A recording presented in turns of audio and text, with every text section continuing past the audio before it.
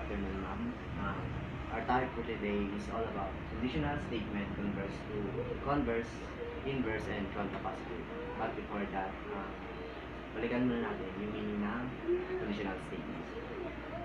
So, conditional statement or ilan sa tinatawag na if-then statement. That given an if-then statement, if P, then Q. A conditional statement consists of two parts. So, yung if clause is our hypothesis, then the then clause is our conclusion.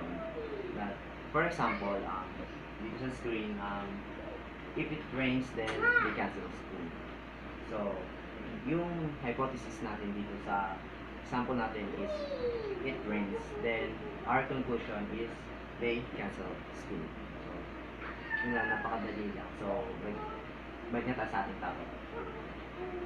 So, converse, switching the hypothesis and conclusion of a conditional statement. So, yun lang, switch lang natin yung conditional statement natin. Like, to make a converse conditional statement, we are interchange the hypothesis and the conclusion. So,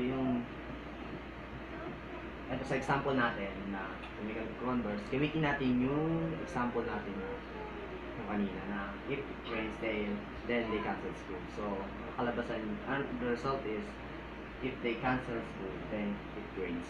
So, yung hypothesis natin, by condition natin, yung hypothesis natin is naging conclusion siya dun sa converse. Then, yung conclusion naman ng conditional statement natin is yun yung naging hypothesis ng converse statement natin. So, yun nga, naging interchange lang and we are switching. So, punta naman tayo sa next natin na inverse. So, inverse is negating both the hypothesis and conclusion of conditional statement. So, yun lang, i-negate lang natin yung conditional statement natin. So, ayan, to make an inverse conditional statement or negate both hypothesis and the conclusion. For example, ulitin natin ulit yung example natin kanina para mas madali natin. So, ayan, it rains, then they cancel school.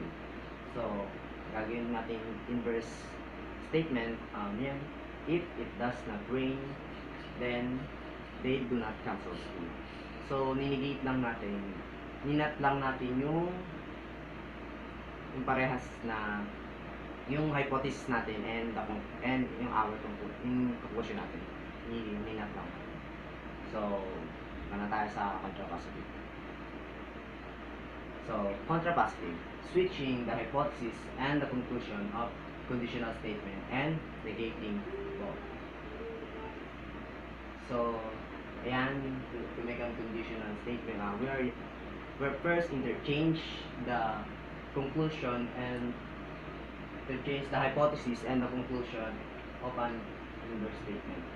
So, dito sa contrapositive, yung inverse statement natin, ano lang natin siya, i-interchange lang natin. Kasi parang yung pinagsama na converse and inverse na yung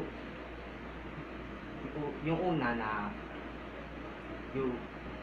yung converse, yung parang ka-converse muna natin yung conditional statement, then gagamitin natin yung converse statement, i-inverse naman natin siya. So, vice versa lang na mas madali na, yung inverse, parang madali na, yung inverse statement na natin, gawin na natin siya, i-converse, parang gagawin na natin siyang converse.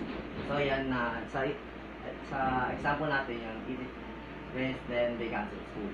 So, yung una natin gagawin is, tulad niya na, yung una,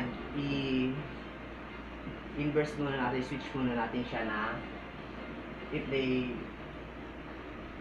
cancel school, then it rains. So, tapos nun, gawin natin siya i-inverse natin siya. So, ang kalabasan then, if they do not cancel school, then it does not rain. So, yun yung contrapositive natin na yung una, gawin mo na siyang converse statement, then sunod natin gagawin is i-negate natin na both na gagawin natin siyang inverse statement.